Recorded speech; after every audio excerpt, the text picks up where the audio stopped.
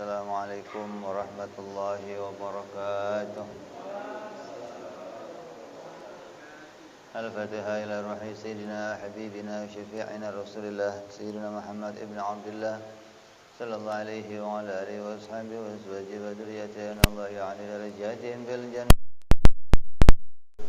wa anwarihim wa alumihim nafadim barakati fid dini wa dunya wal akhirah wa yaj'aluna min hizbihim wa yarzuquna mahabbatahum wa yatawaffana ala millatihim يعيشون في زمرتهم بالعافية وسلامة لهم الفاتحة أعوذ بالله من الشيطان الرجيم بسم الله الرحمن الرحيم الحمد لله رب العالمين الرحمن الرحيم مالك يوم الدين إياك نعبد وإياك نستعين اهدنا الصراط المستقيم صراط الذين أنعمت عليهم غير المغضوب عليهم ولا الضالين آمين بسم الله الرحمن الرحيم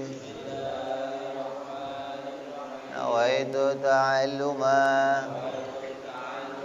وتعليما وتذكرا وتذكيرا والنفعا والانتفاعا والإفادة والاستفادة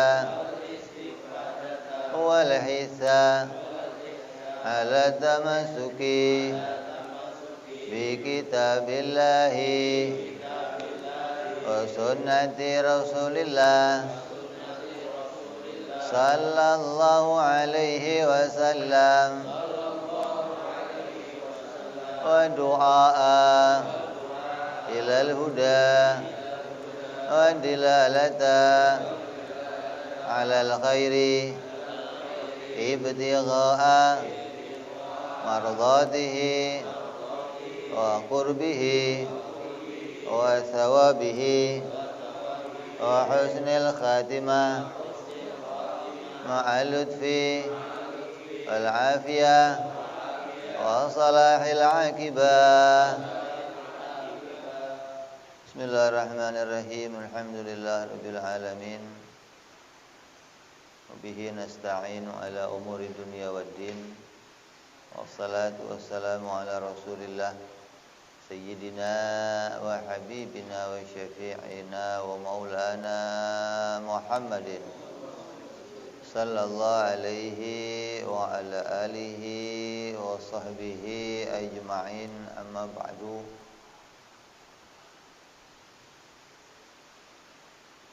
Qala musanniful kitab hadratus Syekh Sa'id bin Armiyah rahimahullah wa ghafara lahu wa liwalidayhi wa nafa'ana bihima fid dharain. Allahumma aftah qulubana futuhal 'arifin wa bihikmatika wansur 'alaina birahmatika ya arhamar rahimin. Ilan qal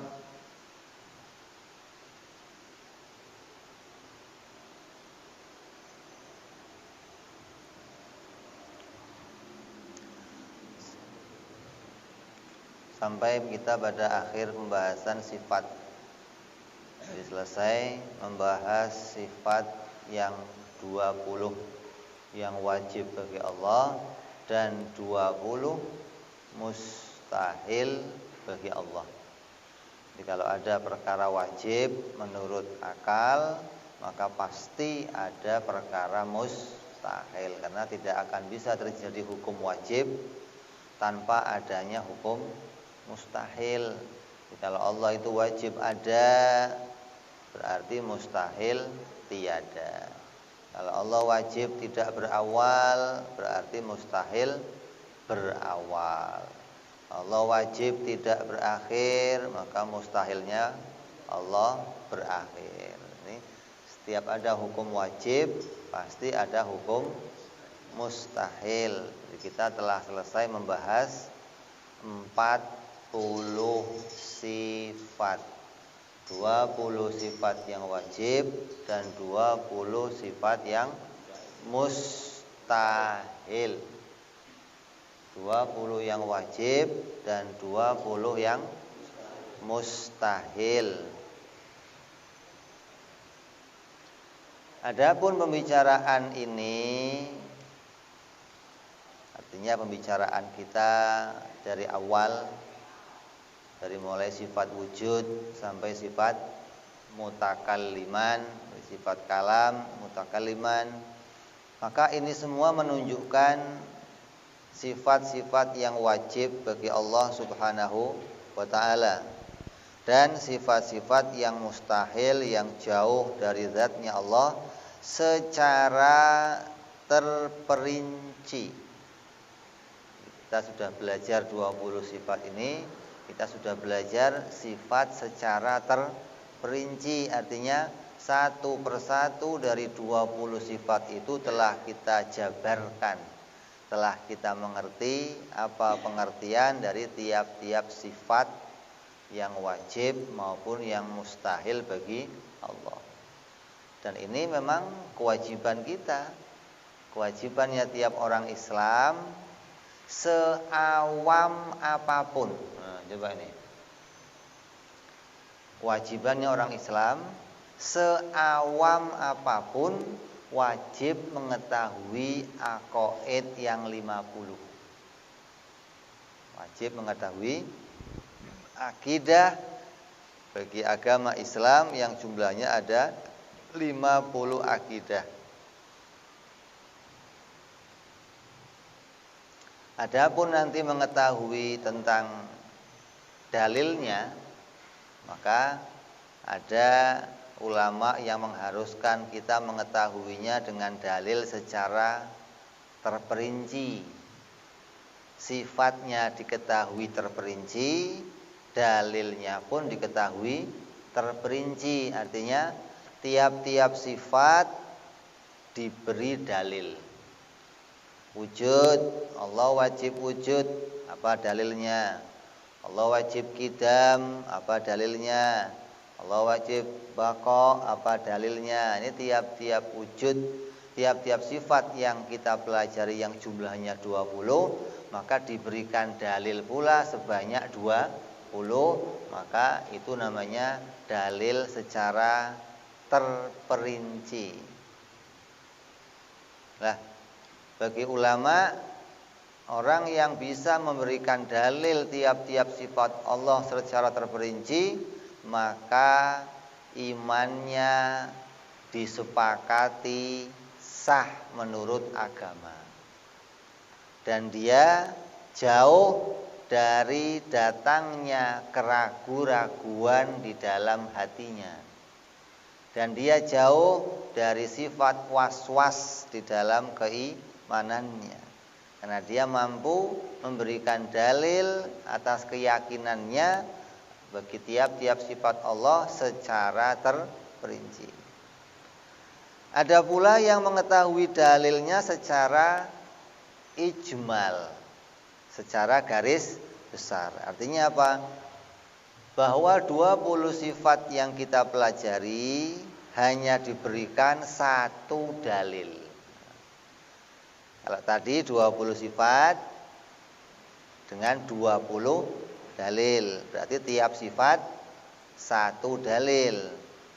Ada yang memberikan dalil untuk sifat-sifat Allah ini cukup satu dalil, namanya dalil ijmal, dalil yang ringkas, dalil yang mudah. 20 sifat yang wajib itu hanya diberikan satu dalil. Apa itu? Wujudnya alam semesta. Jadi apa sih buktinya kalau Allah itu punya 20 sifat? Maka bagi orang yang hanya bisa menghadirkan dalil secara ijmal, cukup menjawab, oh buktinya adalah wujudnya alam semesta ini. Kalau ada alam semesta, pasti ada penciptanya. Kalau dia pencipta, harus punya 20 sifat. Kalau ada pencipta kok tidak punya 20 sifat ini, maka dia bukan pencipta, tapi dia makhluk seperti saya. Jadi harus yang kita akui sebagai pencipta, yang mengatur alam raya, yang mengatur jagat semesta ini harus punya 20 sifat. Kurang saja salah satunya, maka dia bukan Tuhan, tapi dia makhluk. Ini dalilnya secara garis besar. Sah nggak imannya? Sah menurut ulama. Lah, yang imannya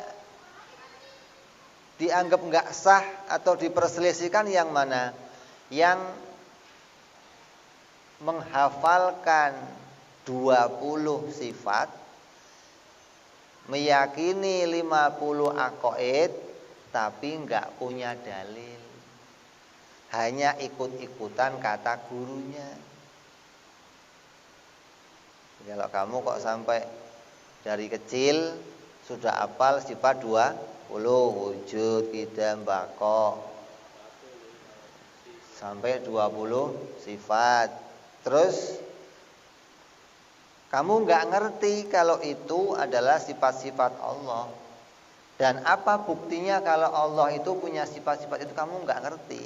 Maka kamu namanya hafal 20 sifat dan hanya ikut-ikutan pendapatnya orang lain. Lah, yang seperti inilah yang imannya diperselisihkan. Yang dia nggak punya dalil atas keberadaan Allah Subhanahu wa ta'ala. Tapi kalau kamu kok ditanya sama orang, apa buktinya adanya Allah? Kamu sudah bisa jawab, ya adanya langit bumi ini. Berarti kamu sudah punya dalil. Kamu sudah punya pedoman, sudah punya pembuktian keberadaan Allah, walaupun dengan dalil yang ringkas. Dalil yang ijmal namanya. Dalil yang mudah, yang cukup untuk orang-orang kayak kita, yang akalnya cekak. Akal kamu panjang apa cekak? Oh, ini kalau urusan duit akalnya panjang, Beb. Oh iya, boleh urusan duit. Kalau urusan belajar ngaji, cekak saya, Beb, mah. Pusing mikirnya, Beb. Kalau urusan mikir duit, panjang akalnya. Bisnis apa aja jadi, ini jadi bisa. Kira nazar sifat Allah, aduh, pusing, Beb. Cukup satu. Hal yang ringkas saja. Ini namanya akalnya cekak begitu. Jadi bagi akalnya yang tidak punya akal yang cerdas dan juga tidak punya himmah yang kuat, maka cukup menggunakan dalil yang ijmal. Apa hukumnya kata ulama? Sah kalau memang itu atas penemuannya sendiri. Bahwa dia meyakini setiap ada tai pasti ada sapinya. Gitu. Tiap ada telepong pasti ada kebo. Masa ada telepong nggak ada kebo? Bagaimana? Jadi kalau ada alam semesta ini pasti ada yang menciptakan. Dan yang menciptakan harus punya 20 sifat. Nah, kalau itu sudah kita yakini, berarti kamu sudah punya dalil meyakini keberadaan Allah dengan sifat-sifat Allah secara terperinci. Dalilnya ijmal, tapi sifatnya terperinci. Karena kita tahu 20 sifat satu persatu. Tahu apa itu wujud, tahu apa itu qidam, tahu apa itu baqa, walaupun cukup pakai satu dalil. Lah yang dia sudah sampai pada tingkat ustadz, kiai, penulis kitab, maka dia bisa mengimani 20 sifat Allah dan bisa pula menghadirkan 20 dalil dari tiap-tiap sifat. Sampai ada julukannya Imam Fakhruddin Ar-Razi, namanya Fakhruddin Ar-Razi, julukannya Imam Ar-Razi. Itu yang ngarang kitab tafsir Mafatihul Ghaib, kitab tafsir kubra, tafsir besar. Itu dapat julukannya apa? Orang yang punya 1000 dalil. Dia bisa menyusun 1000 dalil untuk membuktikan bahwa Allah Tuhan. Coba. Kita satu dalil aja ya Allah, bertahun-tahun kayak nggak nyantel-nyantel ngajinya. Satu dalil aja mutar-mutar nggak kelar-kelar. ini dia bisa bikin 1000 dalil. Sampai dikenal imam yang punya 1000 dalil. Masyhur Imam Fakhruddin Ar-Razi. Tapi kita nyadarin lah akal kita ini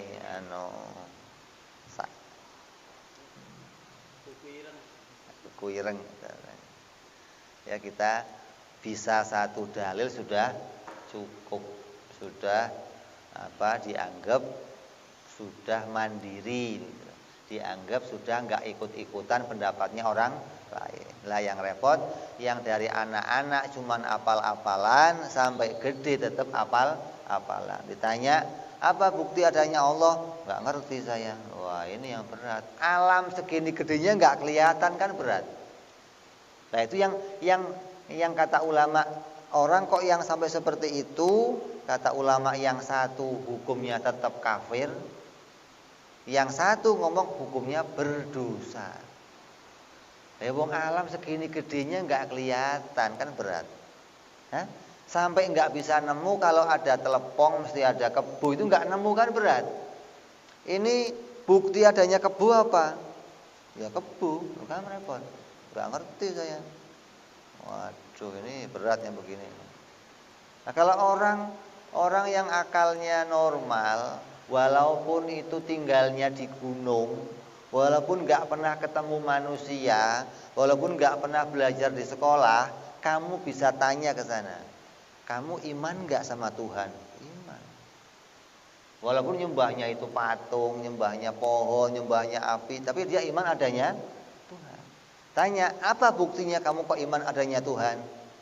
Ya jawabannya tadi, kalau ada telepon, mesti ada kebu. Itu jawabannya begitu. Artinya pikiran yang ringkas dan mudah dipahami oleh mereka, dan itu nyata begitu loh.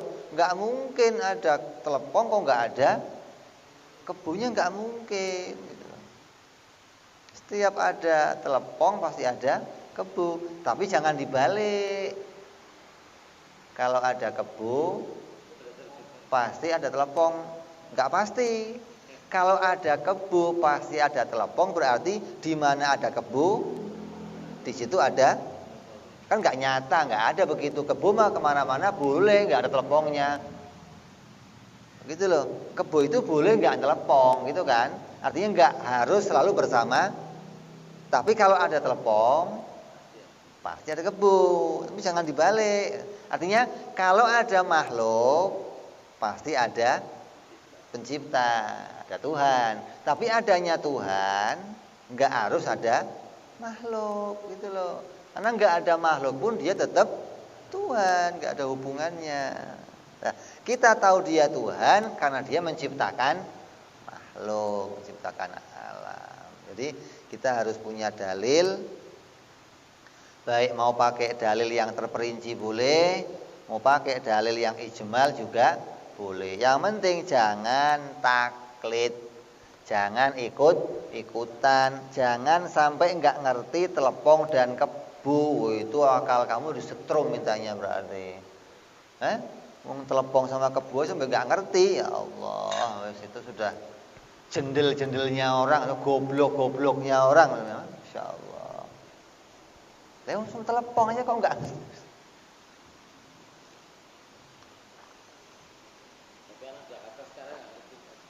Anak Jakarta nggak ngerti telepon. Artinya apa? Yang nggak ada kebun.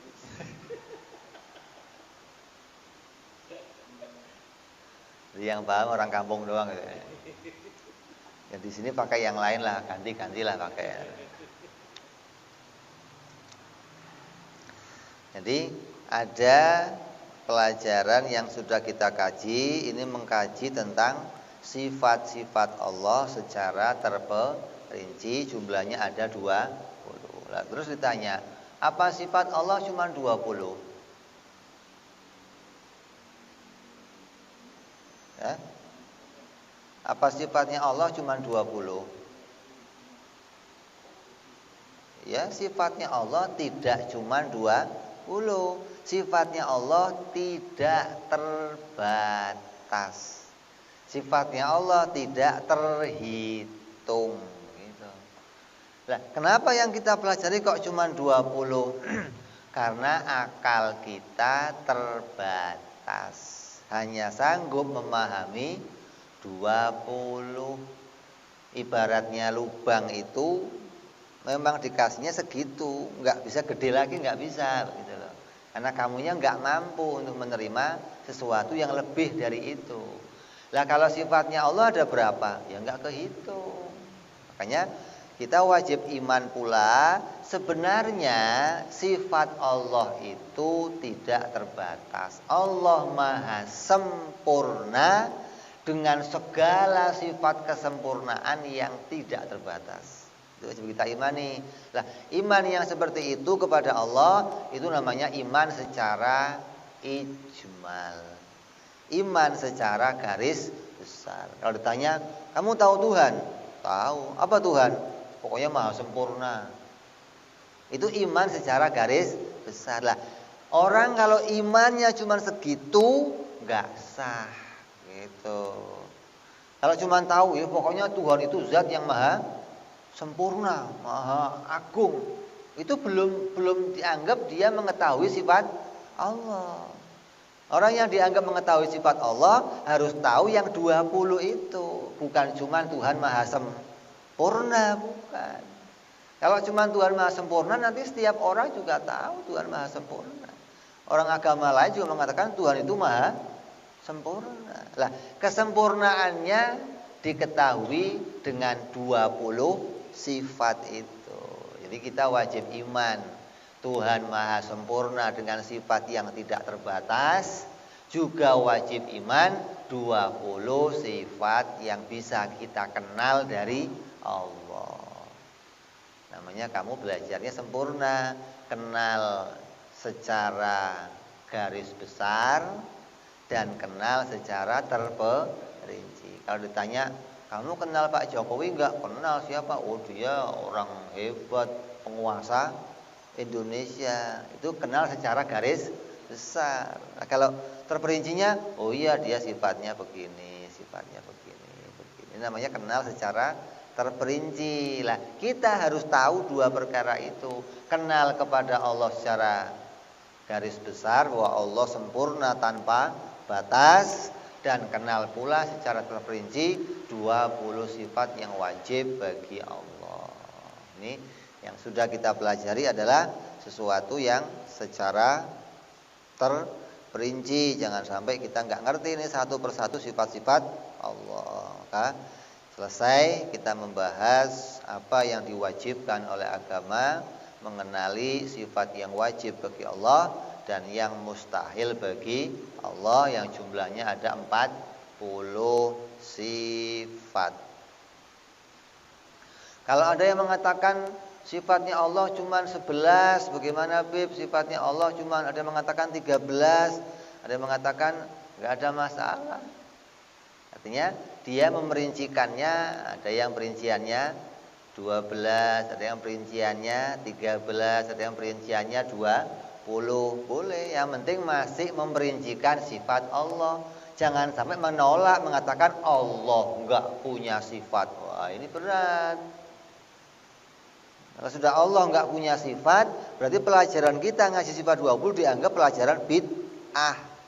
Ini bukan pelajaran agama, karena Allah enggak punya sifat. Jadi enggak perlu belajar sifat-sifat Allah. Wah, itu keluar dari ahlu sunnah wal jamaah. Ahlu sunnah wal jamaah itu orang yang mengimani Allah mempunyai sifat. Walaupun nanti kita khususkan bahwa sifat Allah berbeda dengan sifat makhluk.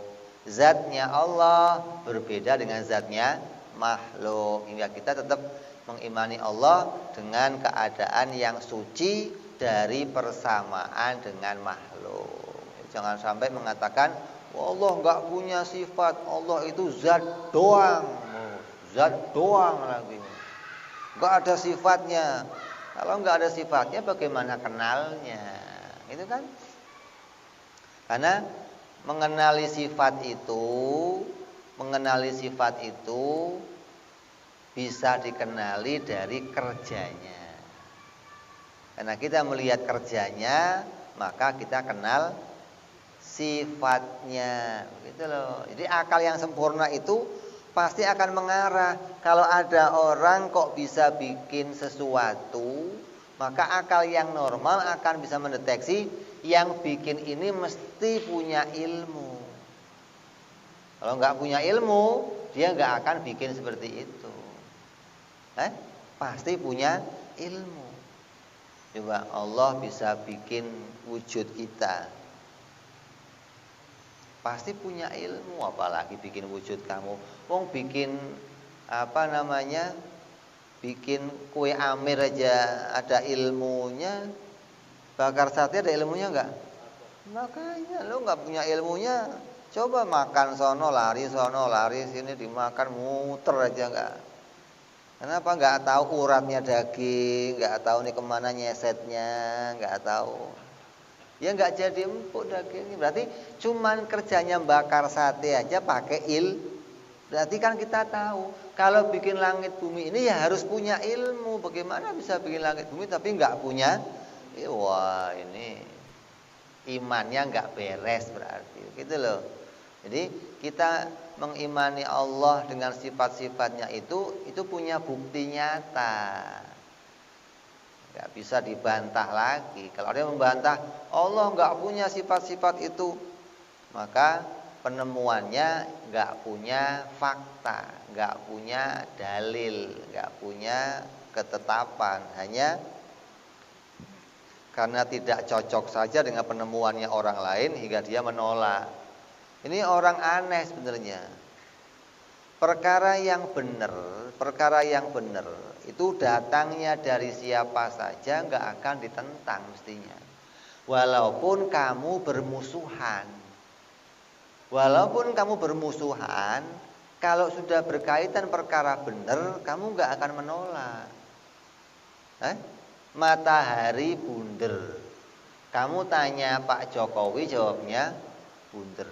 Kamu tanya Pak Prabowo, bunder. Jangan terus Pak Jokowi jawabnya apa? Bunder. Saya kotak lah, biar enggak sama. Ya enggak bisa, wong kebenaran kok berbeda begitu, bagaimana sih? Jadi walaupun kamu berselisih paham dalam hal-hal yang lain, tapi kalau urusan kebenaran kamu enggak akan berselisih, begitu loh. Harusnya begitu.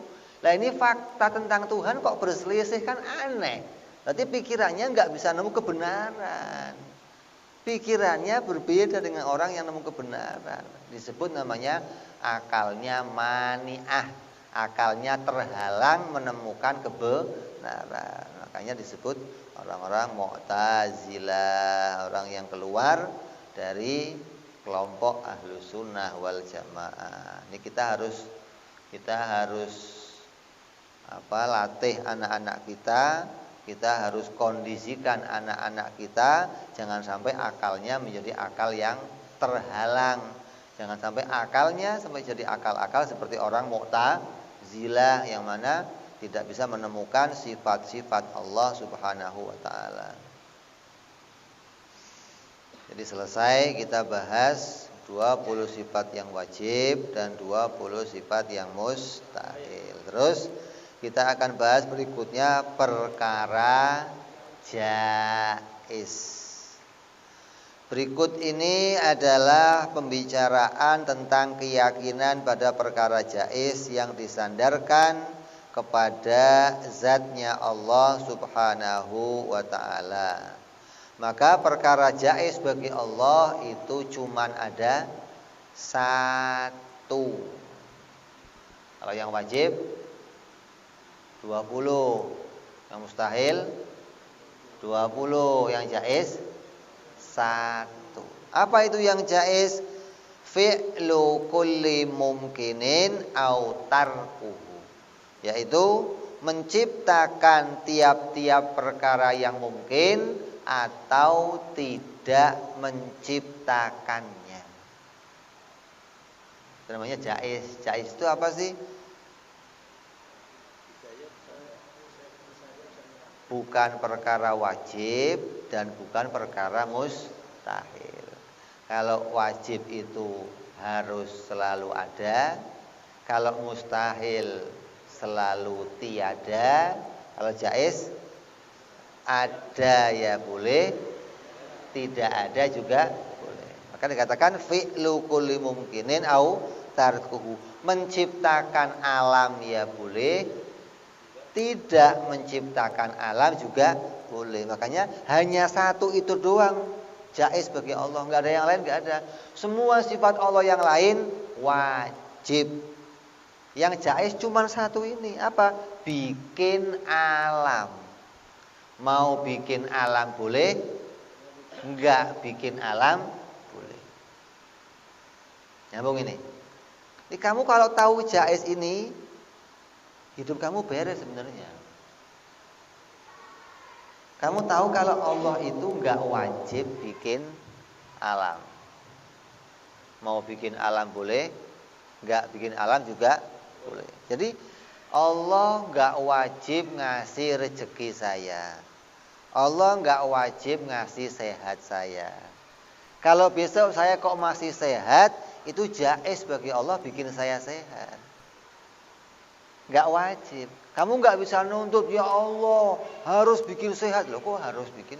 Allah boleh-boleh saja, mau bikin sehat boleh, nggak bikin boleh. Hingga tidak ada satu makhluk pun bisa maksa Allah, nggak bisa. Ya Allah harus bikin ini. Yang mengharuskan siapa? Kalau kita punya keharusan, apa? Harus sholat, harus puasa, harus kan lapar ya. Kalau enggak gimana? Ya bahaya. Bisa dihukum, bisa celaka, bisa koid gitu ya. Tapi kalau Allah enggak punya kewajiban, karena Allah enggak punya kepentingan sama segalanya. Jadi enggak ada yang harus diciptakan oleh Allah, enggak ada. Mau bikin apa saja jaiz. Bebas, nggak terhalang bagi Allah. Kamu paham ini, kamu akan tenang hidupnya. Kenapa? Akan tahu bahwa segalanya ini memang datangnya dari Allah. Kamu kok jadi orang pinter dari Allah, kamu sukses dari Allah, kamu jadi ilmuwan dari Allah, kamu jadi pejabat dari Allah. Kamu nggak akan menuduh yang lain. Hingga kamu sakit datangnya dari Allah, kamu terpuruk dari Allah, dipecat kerja dari Allah. Semuanya ini. Kamu nggak akan nuduh yang lainnya. Panen sawah kamu, panen ini Allah. Sawah kamu gagal panen, ya Allah. Kenapa? Allah bebas, mau bikin panennya boleh, bikin gagal ya boleh. Jadi, sehingga kamu nanti nggak pernah menuduh makhluk bisa berbuat sesuatu. Hati kamu akan konsisten bahwa Allah itu Al-Ahad, As-Somad. Hanya Allah Al-Munfarid Fikul fil ijad, al-munfaridu fil ijad. Hanya dialah tunggal pencipta, nggak ada yang lainnya, nggak ada. Hingga apapun yang terjadi hanya muncul dari Dia. Susah kita, senang kita, baik kita, sengsara kita, taat kita, maksiat kita, dari sana semua munculnya. Ya kamu tidak akan lagi menuduh atau menganggap ada perkara muncul dari selain Allah.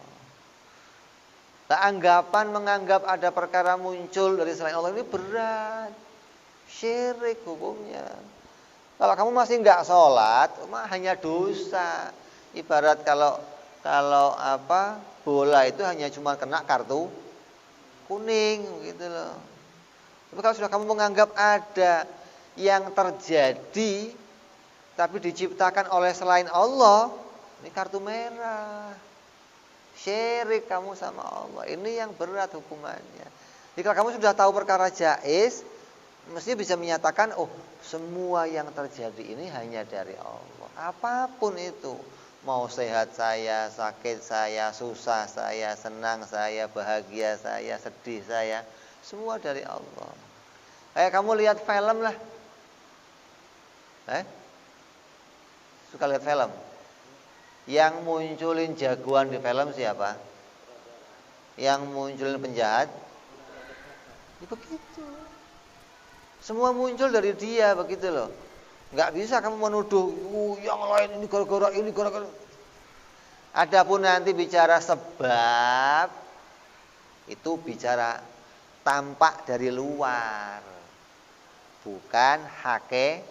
hakikat. Ini yang kita bicara apa? Hakikat. Kamu dipukul sama orang, mata kamu biru. Kelihatannya tangan orang yang mukul kamu. Makna hakikatnya Allah yang bikin mata kamu biru. Gitu. Jadi makna hakikat ini harus punya.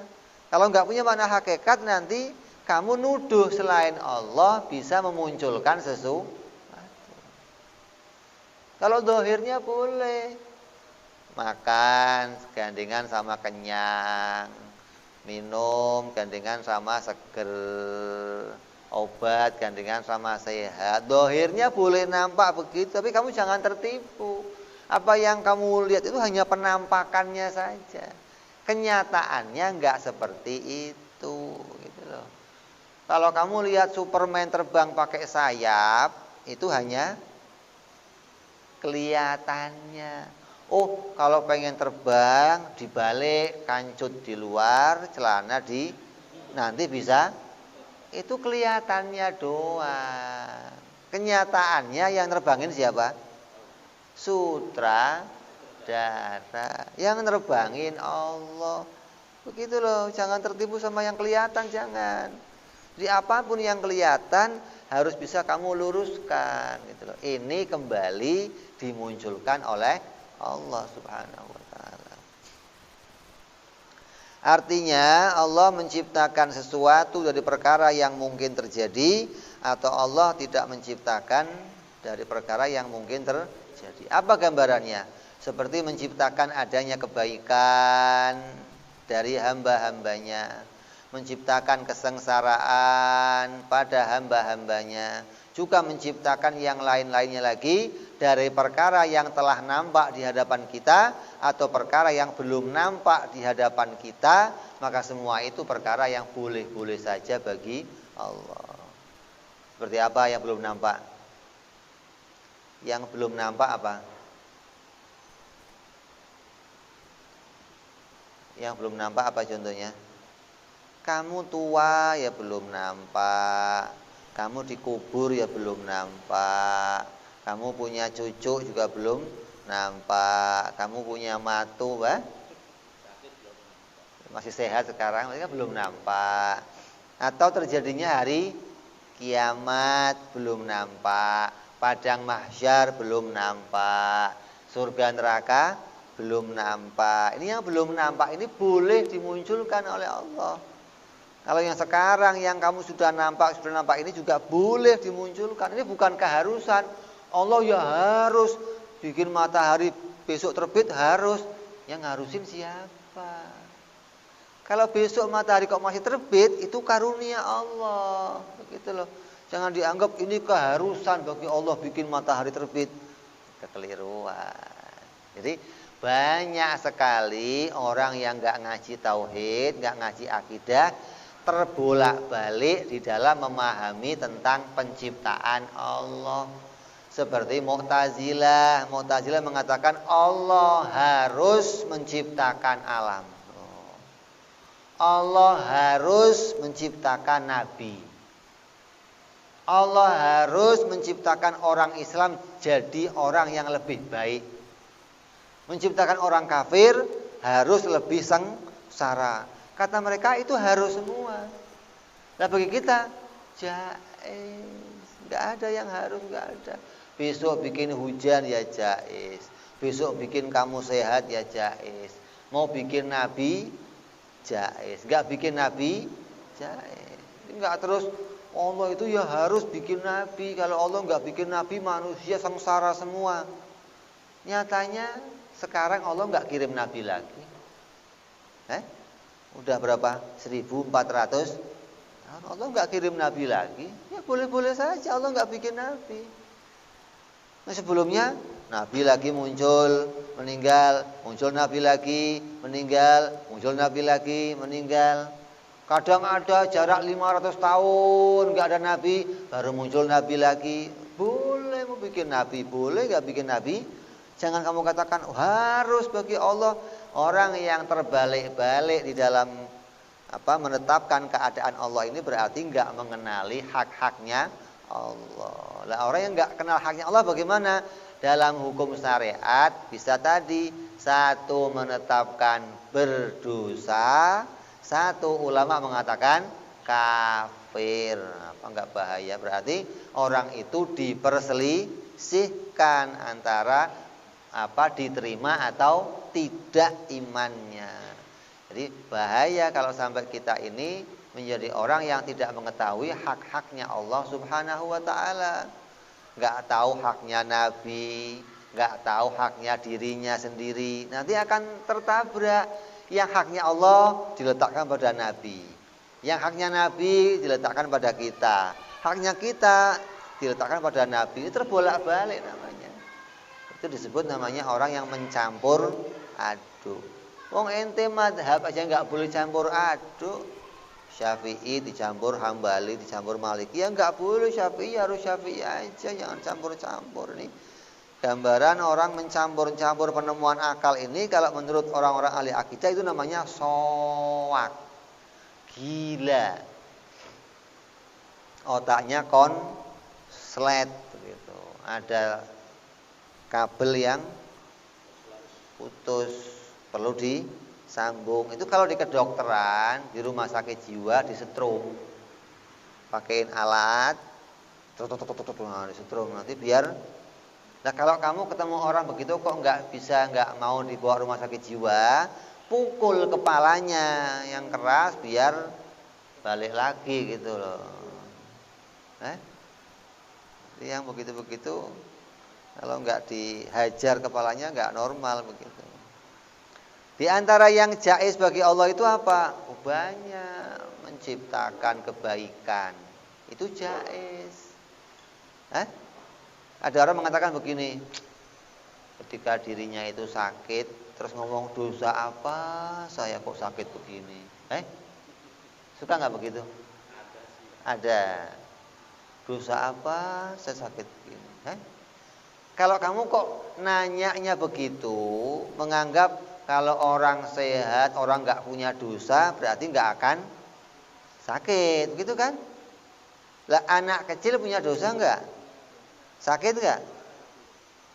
Kenapa itu? Nabi punya dosa nggak? Sakit nggak? Nah, berarti kan sakit itu nggak karena punya dosa, begitu loh. Allah itu nggak harus bikin kamu sakit, nggak harus. Gara-gara orang itu maksiat harus dibikin sakit. Ya mengharuskan siapa? Wong kamu maksiat sampai akhir hayat kamu aja Allah boleh mengampuni kamu kok. Orang maksiat seumur hidup sampai mati Allah boleh aja masukin dia ke surga, boleh saja. Terserah Allah. Itu haknya Allah. Namanya jaiz nadhari. Ada jaiz daruri. Jaiz daruri kayak apa? Gelas ini boleh gerak, boleh diam. Ini jaiz. Allah boleh bikin gelas ini gerak. Allah boleh bikin gelas ini. Itu nggak usah dipikir. Semua orang nemu akalnya. Gelas harus diam. Mana gerak aja boleh, yang mengharuskan diam siapa? Kalau harus diam itu tidak akan pernah gerak untuk selama-lamanya. Seperti benda pasti punya tempat. Itu pasti wajib namanya. Selamanya benda itu nggak akan kosong dari tempat. Selamanya benda pasti punya tempat, maka namanya wajib. Kalau gerak dan diamnya nggak wajib. Kenapa? Karena setiap benda boleh menerima gerak, boleh menerima diam. Jadi kamu nggak bisa mutusin, oh ini wajib. Bagaimana kalau wajib? Perkaranya boleh terjadi. Seorang yang maksiat itu harus masuk neraka. Yang mengharuskan siapa? Orang yang taat harus masuk surga. Yang mengharuskan siapa? Allah mau bikin orang taat dimasukin neraka boleh. Allah mau bikin orang maksiat dimasukin surga boleh. Itu namanya hukumnya jaiz. Ini kamu kenal dulu ini, jangan sampai nggak kenal dulu. Nanti bicara kalau ada orang taat masuk surga itu bicara lain hal lagi nanti. Tapi dasarnya kamu tahu dulu Allah itu bebas. Mau masukin ke surga boleh, mau masukin neraka juga boleh. Mau menghidupkan kita terus boleh, mau mematikan kita boleh. Kayak malaikat. Malaikat sejak diciptakan nggak dimatikan oleh Allah. Boleh. Padahal nggak pakai makan, nggak pakai minum, biayanya murah lah gitu loh. Kalau kamu kan biayanya mahal hidupin kamu. Makan, minum harus pakai, komplit dah. Kuota, pakai yang aktif, pakai update segala ente. Kalau malaikat nggak usah, pokoknya hidup begitu aja sudah, nggak mati-mati, nggak makan, nggak tidur, nggak apa, nggak sampai hari kiamat. Boleh saja Allah bikin begitu gitu loh. Jadi jangan terus makhluk sih harus begini, kok harus begini? Yang ngarusin siapa? Nggak ngerti jaiz berarti dia. Ya, ini masuk isya, kita adzan sebentar.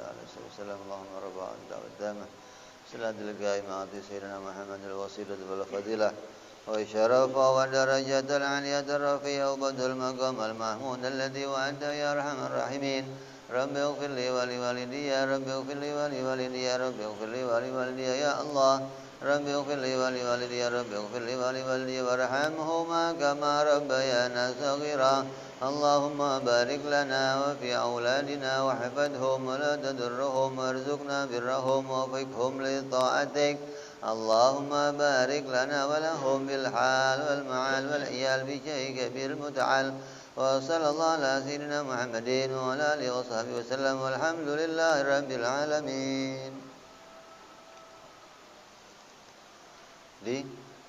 Di antara perkara jaiz bagi Allah, di antaranya menciptakan kebaikan. Jadi kalau hari ini kita masih punya kebaikan, itu murni karena rahmatnya Allah. Dikatakan dalam Quran apa? Dalam surat Yasin, wa inna sya' nughriqhum fala sariha lahum wala hum yunqadun illa rahmatan minna wa mata'an ilahi. Jadi kalau kamu kok masih hidup sampai sekarang, masih sehat sampai sekarang, masih punya iman sampai sekarang, masih itu rahmatnya Allah. Itu jaiz bagi Allah. Itu kebaikan Allah. Bukan kewajiban bagi Allah, bukan. Bukan, oh kan saya dulu pernah berbuat begini, jadi harus begini. Enggak ada. Kan saya dulu pernah begini, jadi sekarang harus begini. Enggak ada. Ada orang ngomong hukum karma. Lu pasti dapat karma nanti lu. Harus enggak karma itu? Ada orang jahatnya luar biasa. Sudah bunuh 99 orang. Tanya sama kiai, Pak Kiai saya mau tobat. Lu nggak bisa tobat ente, sudah kebanyakan dosa jahat kamu sudah luar biasa. Bunuh sekalian, biar 100 lengkaplah Kiai. Bunuh sekalian. Tapi ketika taubat kepada Allah diterima oleh Allah. Jadi yang pasti kena karma dia. Ya mengharuskan karma siapa orang India, kamu jadi India dulu kalau mau jadi karma. Jadi jangan sampai mengatakan ada perkara yang harus diciptakan oleh Allah ketika perkara itu jaiz. Menciptakan kebaikan, semua apa yang kita terima sekarang ini semuanya adalah karena karunia Allah, rahmatnya Allah. Kamu bisa makan enak, hamburger, pizza, ada burger, ada macam-macam. Kalau dimakan enak nggak kira-kira? Yang bikin enak siapa? Karena Allah nggak bikin kamu sakit gigi. Coba makan sate 20, ati semua, tapi sakit gigi gimana? Enak kira-kira satenya? Enak satenya. Jadi kamu ngomong ini sate kok enak, itu Allah bikin kamu nikmat. Jangan tertipu sama satenya, jangan. Kamu kumpul sama perempuan, sama harim kamu nganggap, ini kalau kumpul sama harim enak. Kamu tertipu. Lah kalau pas lagi kumpul banjir gimana? Teranyut gitu. Masih pengen? Lupa pengennya sudah. Berarti enaknya itu karena dibikin sama Allah. Jadi rahmatan minna kata Allah. Itu rahmat dari aku. Jaiz aku bikin itu. Nah, orang yang tahu ini nanti selalu bisa bersyukur kepada Allah. Wa bi ayyi ala'i rabbikuma tukadziban. Nikmat yang mana yang mau kamu pungkiri, yang mana? Semua dari saya. Enggak ada yang gara-gara dulu saya sudah begini jadi sekarang harus begini. Dulu saya begini sekarang enggak ada. Kalau kamu kok sekarang dapat apapun, jangan nengok ke belakang, jangan. Ini pilihan Allah, ini ketentuan Allah, ini karunia Allah, ini kebaikan dari Allah, ini rahmatnya Allah. Jadi kita akan selalu bisa jadi orang bersyukur terus sama Allah. Lah, gara-gara kamu bersyukur itu jadi hikmah Allah terus menjadikan kebaikan untuk kamu. Orang yang terus bisa bersyukur pada Allah, menerima nikmatnya Allah, menerima karunia Allah, ini dari Allah, sedikit ini dari Allah, banyak ini dari Allah, enggak pernah protes sama Allah. Enggak pernah mencaci ciptaan Allah, enggak pernah ngomong sialan nih barang. Motor sialan, mobil sialan, HP sialan, terus istri sialan, anak sialan, semua sampai nanti hari sialan. Ya Allah, nggak ngerti jaiz, nggak ngerti. Orang ngerti jaiz nggak akan begitu, nggak akan. Nggak ada yang sial, nggak ada kok sial. Bagaimana mau itu makhluknya Allah semua kok bikin sial? Allah yang yadurru wa yanfa. Allah itu yang menjadikan maldoroh dan manfaat. Bukan ini barang bikin maldoroh, bukan. Kamu mengatakan ini bikin sial, kamu akan bikin maldorot gitu kan? Gara-gara dia saya celaka ini. Enggak. Yang bikin maldorot itu Allah. Yang bikin manfaat Allah. Kamu pegang barang dapat manfaat itu bukan karena barangnya. Pegang barang kamu sengsara bukan karena barangnya, tapi Allah yang menjadikan manfaat dan Allah yang bikin maldorot. HP itu manfaat apa mandoroh? Ya bisa manfaat, bisa mandoroh. Anak istri manfaat atau mandorot? Bisa manfaat, bisa mandorot. Jangan kadang ada orang nggak punya anak, pengen punya anak. Kalau saya punya anak pasti manfaat. Yang ngomong siapa? Itu dikasih anak itu kayak Abu Jahal gimana ente? Apa nggak serem? Makanya dulu kalau kiai kalau punya anak itu lahir taruh di nampan, masih macam-macam buat diputer. Ya Allah, kalau akan manfaat hidup ya Allah. Kalau enggak matiin ya Allah. Puter. Ser. Kalau hidup ya dipelihara. Kalau enggak hidup berarti enggak manfaat ya Allah, udah matiin aja. Artinya ngapain saya pelihara 20 tahun, 40 tahun ujungnya akan maksiat, akan kafir. Mendingan dari kecil matiin aja lah ya Allah, enggak ribet lah. Itu begitulah. Kalau kamu kan enggak, jangan ya Allah. Biar kayak Abu Jahal enggak apa-apa lah, yang penting anak saya. Kan berat kalau kita begitu. Gara-gara nanggung senang bahwa anak itu akan bawa Allah yang bikin kebaikan. Anak kita jadi baik dari Allah, anak kita jelek dari Allah, enggak ada dari yang lain. Ini harus kembalikan. Ini semua fi'lu kulli mumkinin. Allah boleh menjadikan segala sesuatu dan Allah boleh meniadakan segala sesuatu. Namanya perkara jaiz bagi Allah. Insyaallah kita akan teruskan yang akan datang bicara lebih luas tentang perkara jaiz bagi Allah. Wallahu a'lam bishawab. Wa ila hadratin nabi al-fatihah. A'udzu billahi minasyaitonir rajim. Bismillahirrahmanirrahim. Alhamdulillahirabbil alamin arrahmanir rahim maliki yaumiddin. Iyyaka na'budu wa iyyaka nasta'in ihdinas siratal mustaqim. Siratal ladzina an'amta 'alaihim ghairil maghdubi 'alaihim waladdallin. Amin. Ya Rabbana i'tarafna bi anana iktarafna wa anana asrafna 'ala al-adha ashrafna wa tub 'alaina tauba taghsil li kulli hauba واستر لنا عوراتي